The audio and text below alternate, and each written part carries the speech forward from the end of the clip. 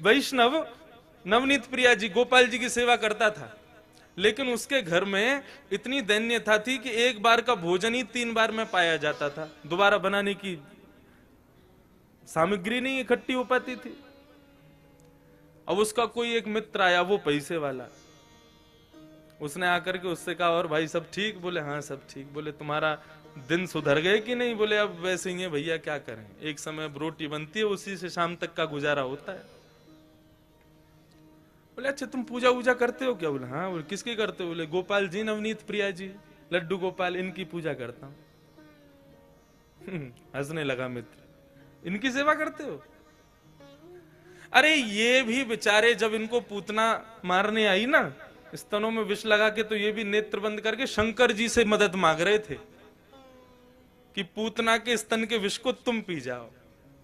अरे जो अपनी रक्षा स्वयं नहीं कर पाते, तुम्हारी रक्षा क्या करेंगे?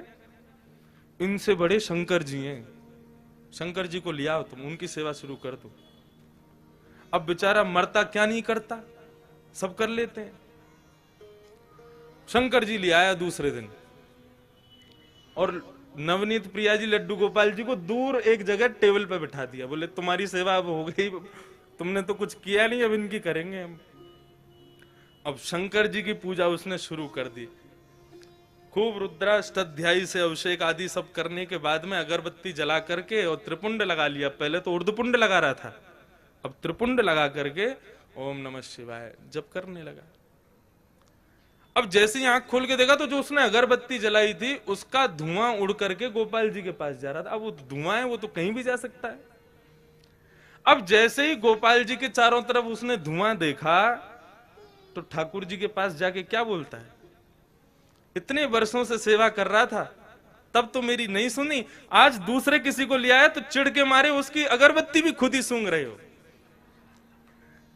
और ठाकुर जी को बोला तुमको यहां बैठने ही नहीं दूंगा, अलमारी में बंद करूंगा। जैसे ही ठाकुर जी को इस भाव से उठाया, ठाकुर जी प्रकट हो गए वहां पर, चरणों में गिर पड़ा। बोले महाराज आपने आज तक मुझे दर्शन नहीं दिए, शंकर जी के आती दर्शन कैसे हो गए? बोले देख ये भेद बुद्धि मत रख, मुझ में शंकर जी में कोई भेद नहीं है, और शंकर जी आए इसलिए दर्शन दिए ऐसा भी नहीं है।